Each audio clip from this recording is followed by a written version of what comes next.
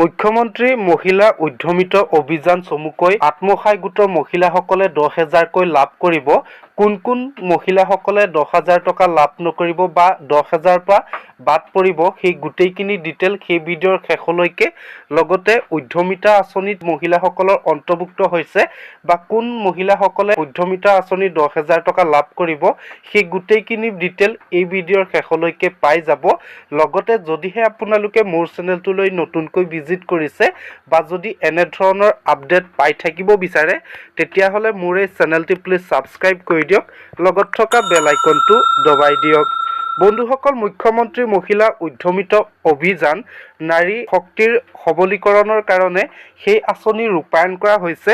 ইয়াৰে অসমৰ মাননীয় মুখ্যমন্ত্ৰী ডক্টৰ হিমন্ত বিশ্ব শৰ্মাই ঘোষণা কৰিছে যে বহাগ বিহুৰ বতৰতে আপোনালোকৰ 10,000 টকা প্ৰত্যেকটো আত্মসহায়ক গোটৰ মহিলাসকলৰ বেংক একাউণ্টত ক্ৰেডিট কৰা হ'ব। বন্ধুসকল, ইয়াৰে আপোনালোকৰ যিহেতু অসমৰ মাননীয় মুখ্যমন্ত্ৰী ডক্টৰ হিমন্ত বিশ্ব শৰ্মাই ঘোষণা কৰিছে যে অসমৰ আত্মসহায়ক গোটৰ মহিলাসকলৰ নিৰ্বাচিত হৈছিলে 33 লাখ লোকৰ, গতিকে ইয়াতৰ বাজেটৰ অনুসৰি আপোনালোকক দিয়া হ'ব। ইয়াৰে প্ৰথম কিস্তিত আপোনালোকৰ 27 লাখ মহিলাসকলক 10,000 টকাকৈ বিহুৰ বতৰতে ক্ৰেডিট কৰা হ'ব আপোনালোকৰ পোনে পোনে বেংকত। আত্মসহায়ক গোটৰ মহিলাসকলক 3টা পৰ্যায়ত আপোনালোকক একাউণ্টত পইচা জমা হ'ব। ইয়াৰে প্ৰথম পৰ্যায়ত আপোনালোকৰ 10,000 টকা, দ্বিতীয় পৰ্যায়ত আপোনালোকে 25,000 টকা। ইয়াৰে আপোনালোকৰ প্ৰতিটো সম্প্ৰদায়ৰ কেডাৰসকলৰ বাবে 15,000কৈ আপোনালোকক উদ্যোগ পুঁজিৰ পৰা দিব।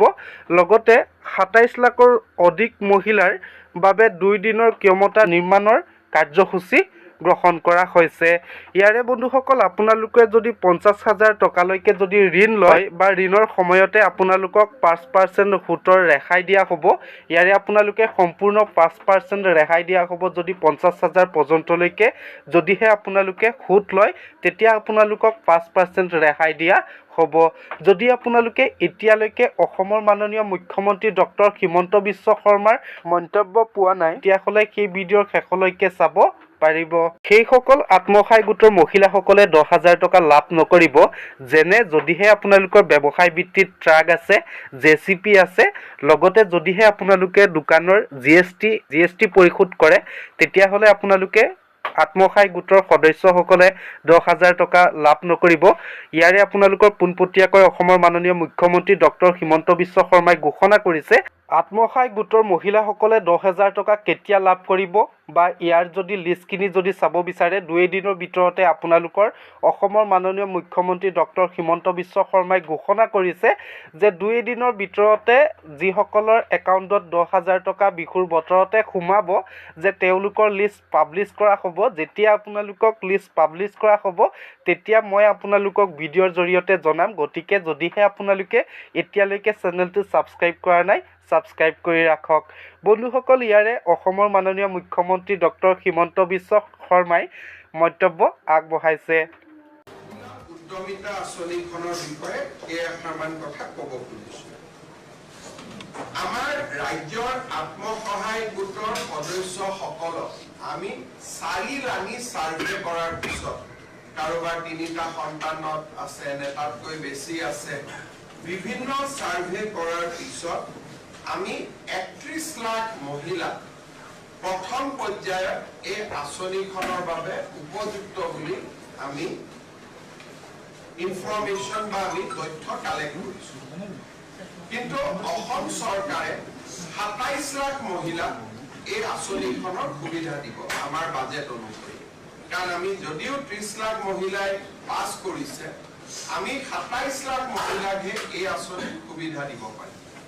সেইবাবে অহা কেইটামান দিনত ব্লক পৰ্যায়ত এই আঁচনিৰ চূড়ান্ত হিতাধিকাৰী নিৰ্বাচনৰ কাম আৰম্ভ হ'ব। কেবিনেটে সিদ্ধান্ত গ্ৰহণ কৰিছে যে যিসকল মন্ত্ৰী, বিধায়ক, প্ৰাক্তন বিধায়কৰ পৰিয়াল তেওঁলোকে এই আঁচনিখনৰ সুবিধা নাপাব। দ্বিতীয়তে, যিসকল ৰাজকৰ্তৃত্ব বিষয়া, gazetted class 1 and class 2 officer, তেওঁলোকৰ পৰিয়ালেও এই আঁচনিৰ সুবিধা নাপাব। যিসকলৰ আমাৰ মদৰ দোকানৰ লাইসেন্স আছে, যিসকলৰ ঘৰত ব্যৱসায়িক ভিত্তিত ট্ৰাক্স আছে, জেচিবি আছে, বা যিসকলে আয়কৰ পৰিশোধ কৰে, তেনেকুৱা লোকেও বা তেনেকুৱা আই মাতৃয়েও এই আঁচনিখনৰ সুবিধা নাপাব। আৰু যিসকল আই মাতৃ মহালাখপতি হৈছে তেওঁলোকক আমি এখন সুকীয়াকৈ আঁচনি দিম, যিহেতু অলৰেডি তেওঁলোকে বেংকৰ পৰা লাখ টকা লোনেই ল'লে, গতিকে 10,000 টকা লোৱাত ইয়াৰ প্ৰয়োজন নাই।